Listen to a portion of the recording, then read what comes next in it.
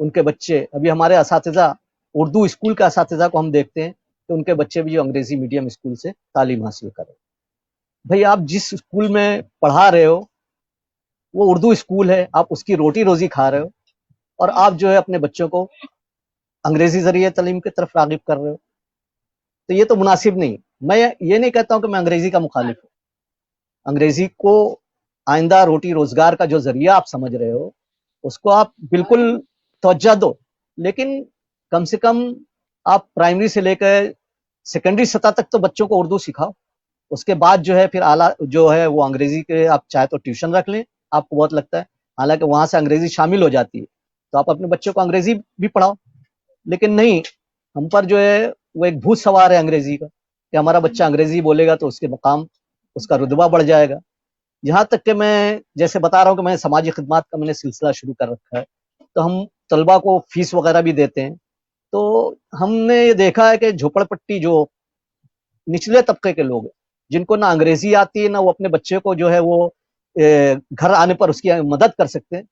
وہ عورتیں یا وہ والدین بھی جو ہے وہ اپنے بچے کو انگریزی اسکول میں داخل کر کے رکھیں اور ان کی فیس کے لیے یہاں سے وہاں طلب کرتے ہیں, ایون پرائمری لیول سے. تو یہ ایک تو ہمارے لیے جو ہے باعث شرم تو نہیں کہوں گا, لیکن ہمارے لیے جو ایک ہزیمت کا معاملہ ہے. دوسرے, سرکار کی ابھی جو پالیسیاں آ رہی ہیں وہ بھی جو ہے انہوں نے سوچ رکھا ہے, کسی دانا کا قول ہے کہ اگر کسی قوم کو مٹانا ہے تو اس کی زبان مٹا دو.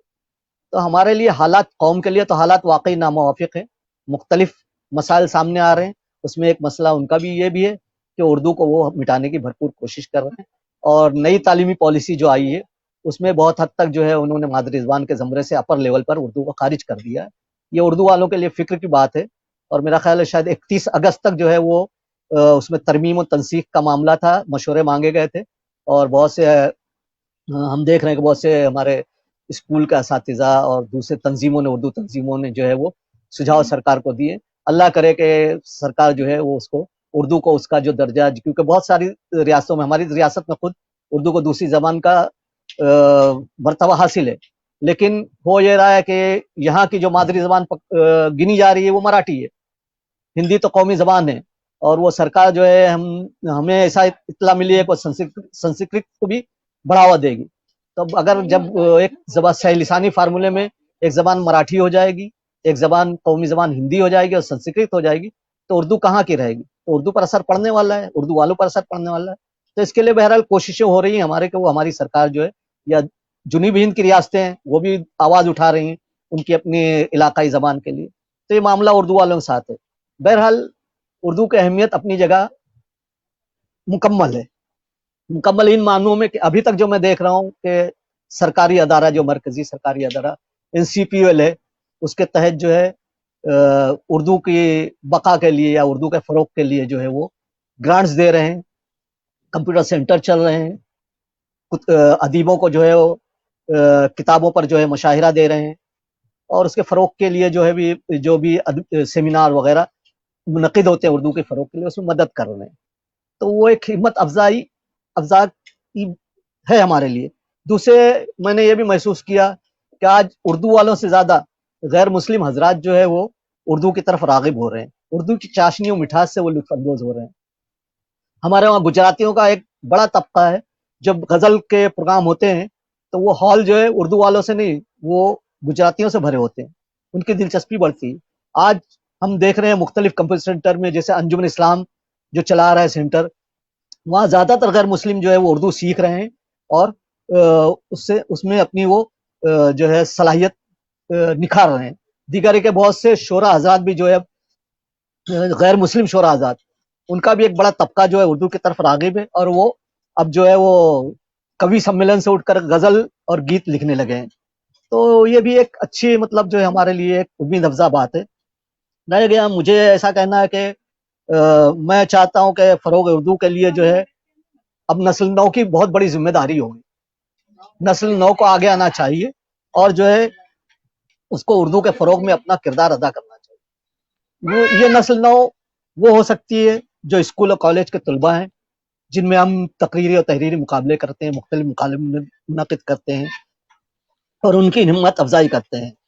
تو یہ لوگ جو ہے وہ ایک اہم کردار اردو کے فروغ میں ادا کر سکتے ہیں. اور اس کے لیے میری یہی کوشش رہی ہے کہ جو ہے وہ نسل نو آگے آئے اور آگے آ کر کے اپنا کردار ادا کرے. اس لیے ان کی ہم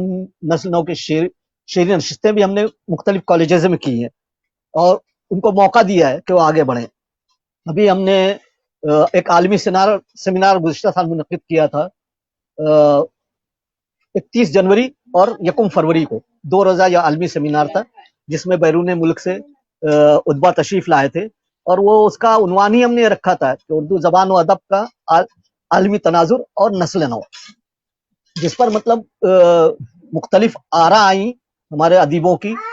مقامی ادیبوں کی. اور اس کے بعد میں وہ سیمینار میں مجھے سب سے زیادہ خوشی ہوئی کہ اسکول اور کالج کے طلباء جو ہے ان کی کثیر تعداد جو ہے سیمینار میں موجود رہی 2 دن اور الحمدللہ وہ کامیاب رہے. اسی طرح ہمارا رسالہ جو ہم نے اس کو نسل نو کے لیے ہم نے سوچا کہ ہمارا جو رسالہ ماہنامہ اردو آنگن نکلتا ہے تو ہم نے اس کو 2 حصوں میں بانٹا ہے. ایک حصہ جو ہے ہمارا وہ کلاسک ادب یعنی پرانے لوگوں کا ادب جو ہے اس کو ریپرزینٹ کرتا ہے اور دوسرا حصہ جو ہے وہ دور حاضر کے جو ہے وہ ادبا اور شعراء پر جو ہے افسانہ نگاروں پر مشتمل ہوتا ہے. ہم نے اس کو اس مقصد سے کیا کہ جب ہمارا رسالہ لوگوں تک پہنچے تو وہ دیکھیں یا اردو والے جانیں کہ بھائی کل جو ہمارے پرانے شعراء ادبا تھے ان کے مضامین کیسے ہوتے تھے، ان کے افسانے کیسے ہوتے تھے، ان کی غزلیں نظمیں کیسی ہوتی تھی، کیا فکر تھی، کیا سوچ تھی ان کی. اور آج کے جو دور حاضر کے جو ہیں ادیب و شاعر وہ کس طرح جو ہے وہ اپنے فکروں کو جو ہے وہ نظموں میں، غزلوں میں، افسانوں میں پیش کر رہے ہیں. تو یہ ہماری کوشش رہی ہے کہ ہم نسل نو کو آگے بڑھائیں اور ان کو آگے بڑھائیں گے تو ظاہر ہے کہ اردو کا معیار بھی بڑھے گا اور اردو بھی بڑھے گی. تو میں نسل نو کو بھی اس سے ایک مشورہ دینا چاہوں گا آپ کے پروگرام کے ذریعے سے، کیونکہ ایک اچھا پلیٹ فارم مجھے ملا اپنی بات رکھنے کا. تو میں آپ لوگوں کا شکریہ بھی ادا کرتا چلوں کہ نسل نو کو چاہیے کہ مطالعے پر زیادہ دھیان دے. زبان و ادب کا مطالعہ جو ہے وہ کریں گے تو ان کے علم و تجربے میں اضافہ ہوگا اور وہ بہتر طور پر اپنے افسانے یا اپنی تحریر جو اپنی تخلیق کو جو ہے وہ پیش کر سکیں گے. اور دوسرے میں بھی یہ کہنا چاہتا ہوں کہ تھوڑا اور آگے بڑھ کر کے اردو تعلیم و تدریس کو یقینی طور پر ہم کو بہتر اور مؤثر بنانا ہوگا. یہ وقت کی ضرورت ہے آج کی، اگر اردو کو ہم کو باقی رکھنا ہے تو اور اردو کے ساتھ چلنا ہے تو. اردو ہم یہ نہیں کہتے کہ اس لیے باقی رکھی جائے کہ وہ ہم سے جڑی ہوئی، اس لیے باقی رکھی جائے کہ ہماری تہذیب کا بہت بڑا ورثہ جو ہے اردو ادب میں ہے. اردو سب کے لیے ہے.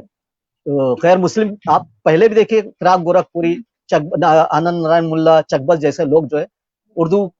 میں شاعری کرتے تھے. آج بھی کافی تعداد غیر مسلموں کی ہے جو اردو میں شاعری کر رہا ہے، اپنے مضامین لکھ رہا ہے.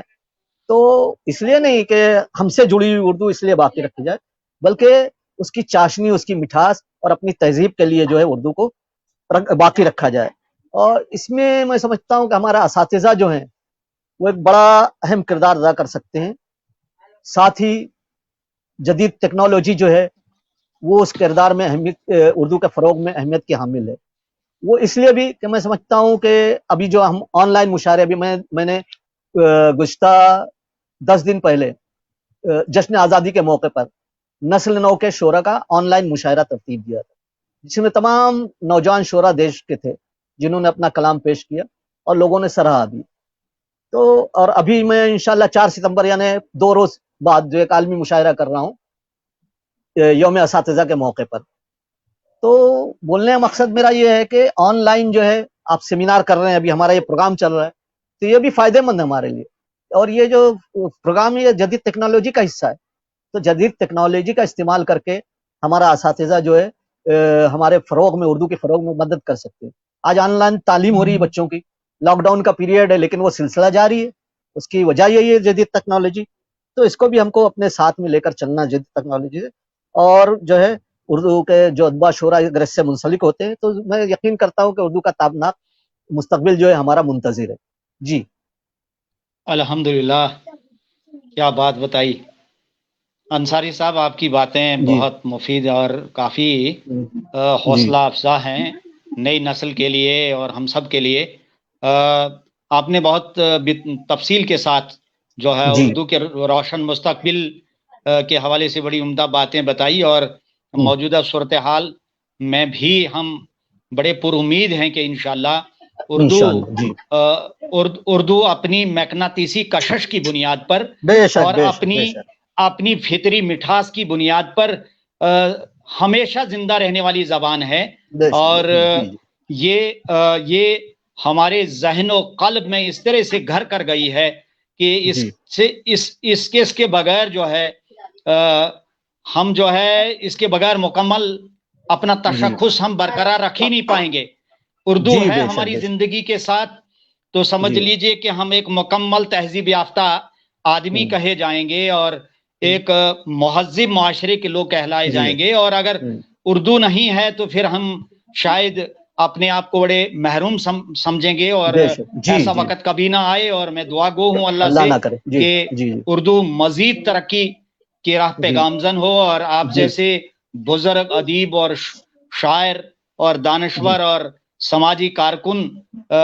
جو ہے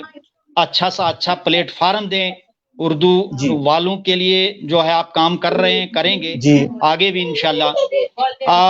آپ نے NCPL جی ایک بہت بڑا ادارہ ہے ہمارا، جی اور جی بہترین خدمات انجام دے رہا ہے یہ بے ادارہ، اور شک اس جی جی ادارے جی نے اردو جی کے ادیبوں کو، شاعروں کو، اور جی کئی سیمینار اور کانفرنسز اور ورکشاپس منعقد کروانے میں بے شک بڑی جو ہے مدد کی ہے، اس میں کوئی دو جی رائے جی نہیں ہے۔ جی جی جی جی انصاری صاحب، میرا آپ سے ایک سوال ہے اسی حوالے سے کہ جی لکھنا انسان کا ایک فطری عمل ہے۔ جی جی جب انسان ذہنی نفسیاتی طور پر یا جی جذباتی طور پر بڑا متحرک ہو جاتا ہے، یا جی جب وہ کسی واقعے کو دیکھتا ہے، کسی حادثے جی کو دیکھتا ہے، یا اس کی فکر اور اس کا خیال اور اس کا جذبہ جو ہے جب جی نقطۂ عروج کو پہنچتا ہے تو وہ کسی تحریر کو جو ہے سامنے لاتا ہے۔ میں جی جاننا چاہوں گا آپ کے حوالے سے کہ آپ کا جی تخلیقی عمل جو ہوتا ہے اس جی دوران آپ کی کیا کیفیت رہتی ہے، آپ کیا سوچتے ہیں اور کس طرح سوچتے ہیں، اور پھر کس طرح اس کو لفظوں کے قالب میں ڈالتے ہیں، اس واقعے کو،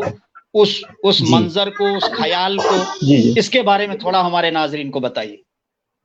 جی دیکھیے، یہ لکھنا سب کچھ سوچنے سمجھنے کی صلاحیت پر منحصر ہے، اور یہ صلاحیت آدمی میں اس وقت پیدا ہوتی ہے جب اس کا تجربہ ہو اور جب اس کے خیالات میں وسعت ہو۔ میرے اپنے تعلق سے میں یہ کہوں گا کہ میں نے بتایا کہ جب اسکول کا زمانہ تھا اور میرا کالج کا زمانہ تھا،